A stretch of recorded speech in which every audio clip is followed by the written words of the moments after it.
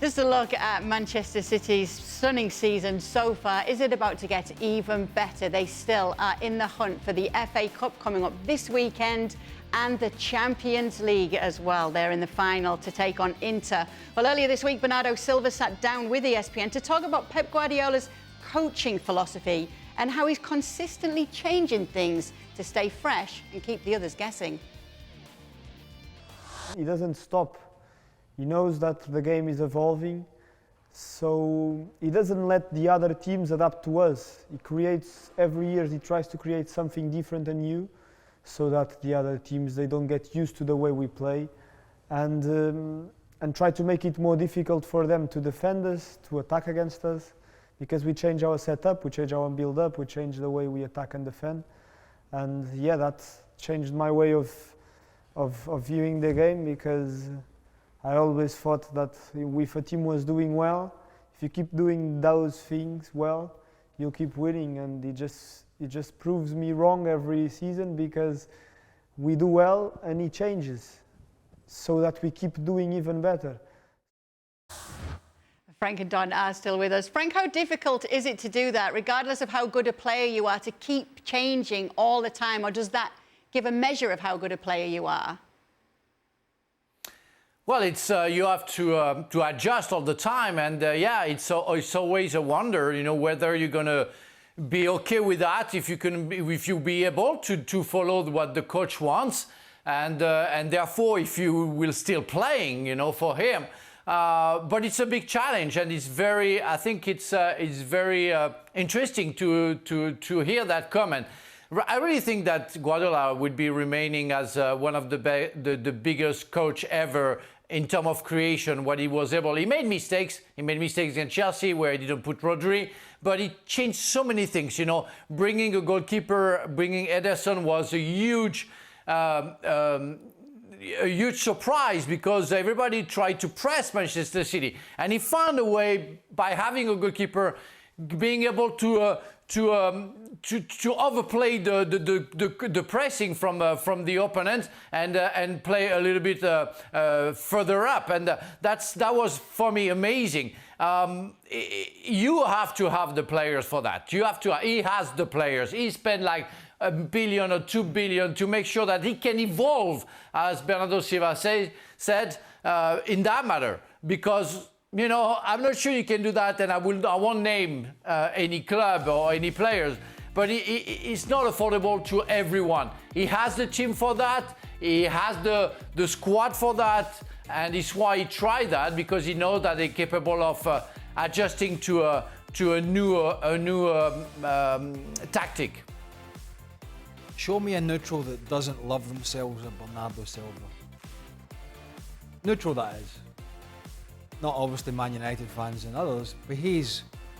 Are we talking about Silva or Pep here? I just love watching Bernardo Silva play. And it's interesting, every summer it seems to be Bernardo Silva's not happy, he's going to Barcelona, he wants out, blah, blah, blah, but yet every time I see him, he's on the field and Guardiola's got the arm around him. And he's playing brilliantly. Now, he hasn't always played brilliantly, but he is at the moment. He's a little gem at the moment.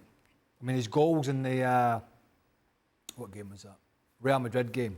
Semi-final. The headed goal. Yeah, the headed goal. The first goal was great. The headed goal was sublime. But it's the positions he takes up. It's how he takes care of the ball. How he takes it in tight areas and sort of twists away from people. And he's got a physical element to him as well. And he's got to be the size of Dan Thomas, hasn't he? You know, he's not the biggest. Here we go. He's not the biggest. He's not the biggest chap in the room. But he handles himself. He's got an aggressive element to him. And yeah, you know, if you're not playing well, you're out the team. And, you know, Grealish found that out. Mahrez has found it out. And that's what the manager does. And yeah, look, you have to have the squad to do that. I understand. But it puts an extra pressure on you as a player to go in and perform. And it would be a hard argument, maybe Erling Haaland with his goals, but it would be a hard argument at the moment to say there's anybody playing better and more consistently than the little Portuguese magician, Bernardo Silva. He has been brilliant. Yeah, absolutely brilliant. And we're hearing from him there, Don, that Pep is just constantly, yes, he has the luxury to do it, but constantly trying to stay one step ahead of everybody else. I love the line there when he said that Pep doesn't allow teams to adapt to us. I think that's fascinating, because normally you'd like to think looking from the outside, if his system's 4-2-3-1 and they're winning leagues and they're winning cup competitions and they're winning plenty of them, he ain't going to change because he knows he's got good players. Well, the fact that he's adapting Guardiola because he knows that a lot of people are watching on, including some talented managers, coaches, where they might nick his ideas and styles. I think it's an amazing that he's adapted. I think at some points this season I've seen them play. I think the game Fulham comes to mind. I think the Leeds game comes to mind, where almost he was playing 1990s football, where he had Alvarez and Haaland as the front two. Big man, little man, played 4-4-2, Grealish off the left, Bernardo Silva off the right. But I think what he does best of all, I think Guardiola, is I think he makes really good players into world-class players. And I think that's what Craig's saying about Bernardo Silva. Same with Kevin De Bruyne. Rodri now, I think, looks, and it's fascinating when you try and pick the one player in a Man City team that Guardiola would pick first, and anyone can go for any name. You could go for the obvious, like Haaland. I would probably think of someone like Rodri. And when I watch the players, it's almost like you've got to have a real football high IQ to play for Guardiola. Gundogan's got it. Rodri's got it. Bernardo Silva's got it. The job he's done on John Stones, converting him into an orthodox centre-back to sometimes play right-back to now playing in central midfield, running off like a number 8 we see in the Real Madrid game for the Bernardo Silva goal. He really tests these players, and I like that. And I think that's the mark of a genius manager. I think most of them, the managers, it's standards. They set such standards with their players that when they fall below it, they're out. And we can go through all these names, and Don mentioned most of them. But look at Manuel Akanji. How many big mistakes has Manuel Akanji made this year for Man City? Not many, if any.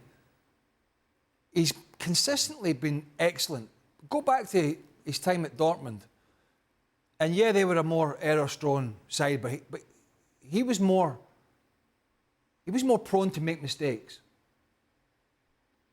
You can't get away with that at this club with this manager and with most elite managers. And so, as Don was saying, he makes players step up, whether it's in an attacking sense or whether it's in a defensive sense, which has been an Achilles heel for them, particularly in the Champions League. And so I have seen a noted difference this year in the way they've defended. They've been less cavalier. I mean, they've played brilliantly, but they've been less cavalier, leaving themselves less exposed at the back, and we'll see if they take that into the FA Cup final at the weekend and then the following week into the Inter game. But that's been something that, whilst all the brilliance around with the De Bruynes and the Silvas and the Haalands in previous years has been lauded, and then that one thing at the back, one or two mistakes has come back to haunt them at key moments. Certainly in the second half of the season, we're not seeing that anywhere near as much. And that's what makes this Manchester City side such a hard team to dismantle. Not impossible, but extremely difficult. Well, thank you very much for watching ESPN on YouTube. For more sports highlights and analysis, be sure to download the ESPN app. And for live streaming, premium content, and let's not forget as well, ESPN FC 7 days a week. Subscribe to ESPN Plus.